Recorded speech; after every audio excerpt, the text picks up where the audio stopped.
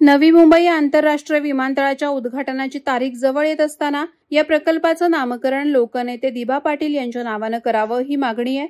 पंतप्रधान नरेंद्र मोदी यांच्या हस्ते 8 ऑक्टोबरला विमानतळाचं उद्घाटन होणार असलं तरी अद्याप नामकरणाची अधिकृत अधिसूचना प्रसिद्ध झालेली नाही। त्यामुळे प्रकल्पग्रस्त आणि स्थानिक नेते नाराज असून दिबा पाटलांच्या नावाशिवाय उद्घाटनच नको असा इशारा त्यांनी दिलाय। मुख्यमंत्री देवेंद्र फडणवीस यांनी काही दिवसांपूर्वी सांगितलं होतं की राज्य सरकारने लोकनेते दिबा पाटील नवी मुंबई आंतरराष्ट्रीय विमानतळ असं नाव देण्याचा प्रस्ताव केंद्र सरकारकडे पाठवला असून पंतप्रधान कार्यालयाकडून सकारात्मक प्रतिसाद मिळालाय। त्यामुळे नामकरण प्रक्रियेला हिरवा कंदील मिळण्याची शक्यता आहे। तरीही औपचारिक अधिसूचना जाहीर न झाल्याने प्रकल्पग्रस्तांमध्ये संभ्रमाचं वातावरण आहे।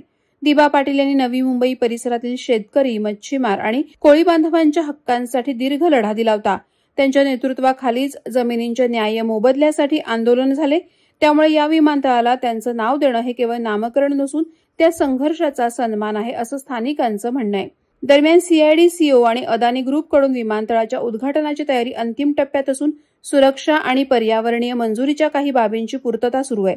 राज्य सरकारच्या मते नामकरणासंदर्भातील प्रशासकीय प्रक्रिया पूर्ण झाल्यानंतरच उद्घाटनाचा कार्यक्रम औपचारिकरित्या होईल। या तांत्रिक कार्यवाहीला 3 महिन्यांचाही अवधी लागण्याचीही शक्यता वर्तवण्यात येत असल्याने प्रकल्पग्रस्तांचा संताप अनावर होत आहे। लोकनेते दिबा पाटील या नावावरून सुरू झालेली सामाजिक भावना आणि तापलेलं राजकीय वातावरण पाहता सरकारनं लवकरात लवकर अधिकृत घोषणा करावी अशी मागणी आता तीव्र झाली आहे। वादळवारा लाईव्हसाठी न्यूज ब्युरो, नवी मुंबई। नवी मुंबई व रायगड जिल्ह्यातील ताज्या बातम्या आणि घडामोडींसाठी सबस्क्राईब करा वादळवारा लाईव्ह चॅनल आणि दाबा बेल आयकॉन।